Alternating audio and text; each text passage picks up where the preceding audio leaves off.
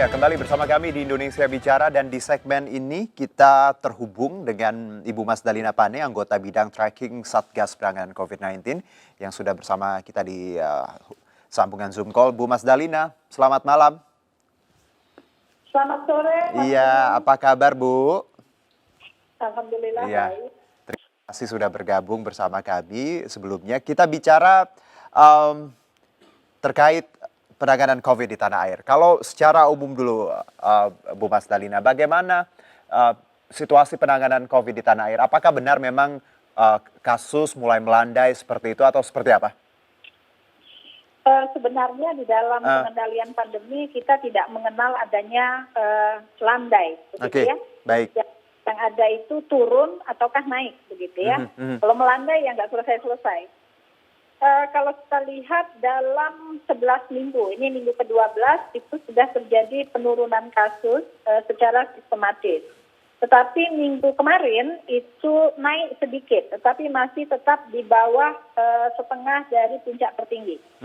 Jadi di dalam pengendalian pandemi atau pengendalian wabah secara umum, orang sering bertanya, apakah sudah sampai puncak tertinggi? Puncak tertinggi itu menjadi penting untuk mengukur pengendalian selanjutnya, apakah penurunan berjalan sistematis. Jadi sejauh ini dalam 12 minggu on the track, Mas Juno. Baik.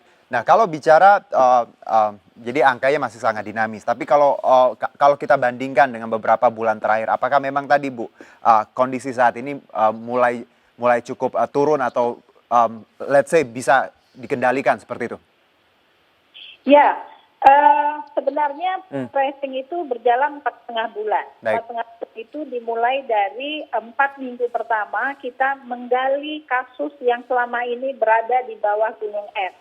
Jadi 8,5 bulan pengendalian itu kita hanya mengumumkan puncak gunung es saja. Artinya kasusnya terlihat sedikit, kematiannya rendah, begitu ya. Walaupun diumumkan rendah, tetap lebih tinggi dibanding global dan regional Asia maupun Asia Tenggara. Program tracing yang dimulai pertengahan November itu melakukan penggalian kasus sebanyak-banyaknya sehingga menyebabkan peningkatan yang sangat tinggi sampai 3 kali lipat dari baseline. Kita memulai di per minggu 30.000 dan puncaknya pada minggu pertama Januari itu di 88.000, jadi 3 kali lipat meningkatnya. Tetapi setelah itu kemudian kasus menurun dengan sangat sistematis dan disertai dengan indikator-indikator lain ikut membaik. Apa itu indikator lain? Hospitalisasi yang dirawat di rumah sakit turun sangat signifikan. Yang kedua, positivity rate turun sangat signifikan, tetapi masih belum mencapai target kurang dari 5%. Baik, kalau kita bicara juga terkait varian baru dari COVID, Bu, apakah sudah ada update terbaru terkait persebaran di Indonesia seperti apa? Ya, jadi sebenarnya perubahan spike protein atau mutasi pada new emerging disease itu hal yang biasa. Sampai hari ini sudah dideteksi lebih dari 4.000 mutasi untuk COVID-19, SARS-CoV-2. Tetapi yang menjadi concern kita di epidemiologi adalah jika mutasi tersebut menimbulkan penularan yang banyak dalam waktu yang cepat. Atau yang kedua, dia virulen atau menyebabkan perburukan dan kematian secara cepat, dengan cepat. Baru 2 hari, 3 hari, 5 hari kasus positif langsung meninggal, tapi biasanya ada komorbid. Jadi sebenarnya saat ini variasi itu terus berlanjut, tetapi apapun jenis mutasinya, treatmentnya itu tetap sama, yaitu tracing. Cari kasus sebanyak-banyaknya, kemudian dilakukan isolasi dan karantina, kontak eratnya di testing, tetap mengikuti karantina, apapun jenis variannya. Ya, variannya. Oke, tracing dan tracking tetap dilakukan ya Bu ya? Treatmentnya tetap sama apapun variannya. Nah, kalau kita bicara yang terjadi di India, Ibu Mas Dalina, bagaimana masyarakatnya sedang mengalami lonjakan yang tinggi, disebutkan ya tsunami COVID seperti itu, ini akibat banyak yang abai dan juga terlena dengan euforia vaksinasi. Bagaimana Anda melihat kondisi India dan apa yang bisa kita pelajarin untuk tanah air, Ibu, terkait kondisi ini? Peningkatan kasus di India tidaklah terjadi tiba-tiba, Mas Juno. Baik. Sebenarnya sejak 8 Februari itu sudah mulai naik. Tetapi meningkat sangat sangat tinggi 3 minggu terakhir.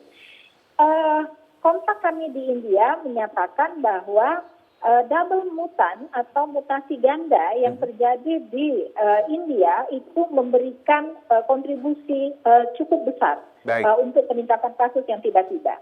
Apakah perilaku? Nah, ini menjadi PR kita. Perilaku. Bagaimana mengukur perilaku sebenarnya? Karena apa? Karena sampai hari ini kita hanya bicara normatif tentang perilaku. Oh, perilakunya kepatuhan terhadap protokol menurun. Apa yang dimaksud dengan menurun? Bagaimana kita mengukur perilaku? Sampai hari ini tidak ada metodologi yang fix ataupun guideline untuk bagaimana caranya mengukur perilaku. Ada mencoba mengukur itu di Indonesia melalui beberapa survei online, kemudian juga ternyata persepsi. Itu tentu tidak bisa menunjukkan pengukuran perilaku dengan tepat. Atau yang kedua, mengukur perilaku dari banyaknya teguran atau banyaknya sanksi yang diberikan oleh petugas. Itu pun sebenarnya tidak bisa mengukur atau mengeneralisir bahwa perilaku itu turun. Perilaku habit. Jadi sejak mulainya pandemi COVID sampai dengan hari ini, saya yakin masyarakat kita juga semakin mengerti bagaimana cara berperilaku. Kita harus apresiasi itu, walaupun ada pandemi fatigue ya, kelelahan dengan perilaku tersebut. Tetapi bagaimana membuktikan bahwa memang perilaku itu turun, itu menjadi PR kita bersama. Tidak bisa hanya melihat 1-2 orang jalan ke pasar kemudian mengeneralisir satu negara kemudian perilakunya buruk. Atau terjadi penurunan perilaku. Kasihan mereka yang sangat disiplin dengan perilakunya ikut pas dengan. Karena kalau kita bicara kepatuhan memang tolak ukurnya masih sangat abu-abu ya Bu ya, tidak ada data valid seperti itu. Dan bicara pandemi fatigue juga tidak hanya Indonesia, negara-negara Eropa juga masyarakatnya sudah tadi mungkin sudah mengalami kejenuhan seperti itu. Nah, kalau bicara terkait kerumunan, Bu, kita tahu ada peraturan di mana sebentar lagi akan ada Idul Fitri, ada peraturan mudik lalu dilarang. Anda melihat pelarangan mudik ini yang dilakukan pemerintah, seperti apa pendapat Anda? Ya, peraturan sudah dikeluarkan oleh pemerintah. Tentu telah melalui analisis dan diskusi yang panjang. Tetapi yang patut kita pantau ke depan adalah implementasi terhadap peraturan itu. Pemerintah tidak boleh hanya mahir membuat peraturan, tetapi tidak mahir memantau atau memonitor implementasinya.